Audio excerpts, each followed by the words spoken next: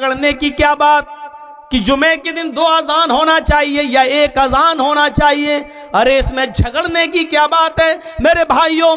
दलील ये बताओ, बस इतना देख लो कि मोहम्मद रसूलुल्लाह के ज़माने में 2 अजान होती थी जुमे की या 1। आपको हदीस चीख चीख कर कहेगी अल्लाह के नबी सल्लल्लाहु अलैहि वसल्लम 40 साल के बाद नबी बने और इंतकाल तक 23 साल तक नबी रहे।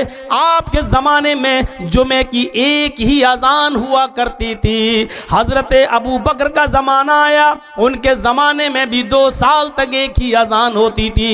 हज़रत उमर का ज़माना आया, उमर फारूक ने भी 10 साल तक जुमे की 1 ही अजान दी। हज़रत उस्मान का ज़माना आया, हज़रत उस्मान के ज़माने में लोगों की तादाद बहुत ज़्यादा बढ़ गई।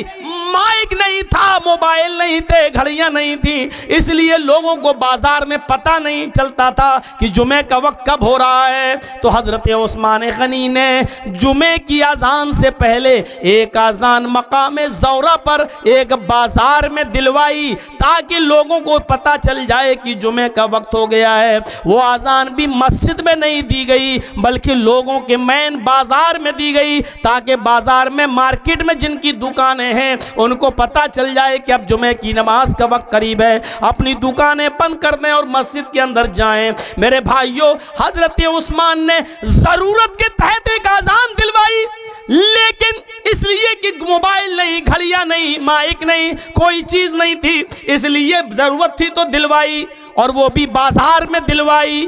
आज वो ज़रूरत है ही नहीं, इसलिए कि घड़ियों ने वक्त का तयन कर दिया है और माइक ने अजान की आवाज़ ने उस कमी को पूरा कर दिया है। इसलिए अब इस्लाम उसी शक्ल पर लौट जाएगा जो जनाब मोहम्मद रसूलुल्लाह ने हमें दिया था, हज़रत अबू बकर ने दिया था, हज़रत उमर ने दिया था। अब इस्लाम उसी शक्ल पर लौट जाएगा, इसलिए कि अब घड़ियों और मोबाइलों ने उस ज़रूरत को पूरा कर दिया है। हमें मालूम है हमारे यहाँ 12:30 बजे जुमे की अजान होती है तो हम 12 बजे नहा धोकर मस्जिद में पहुंच जाएंगे, क्योंकि घड़ियां हैं हमारे पास मोबाइल है, हमारे पास माइक है, माइक की आवाज़ से अजान की आवाज़ सुनकर भी हम जा सकते हैं। इसलिए मेरे भाइयों, मोबाइल ने और घड़ियों ने ज़रूरत को पूरा कर दिया है। अब हमें दूसरी पहली अजान की ज़रूरत नहीं जो बाजार में दिलवाई जाती थी, अब वो अजान की जरूरत नहीं। शरीयत ये कहती है, अब फिर भी कोई ये कहे कि मेरे बाप दादा के जमाने से चली आ रही है,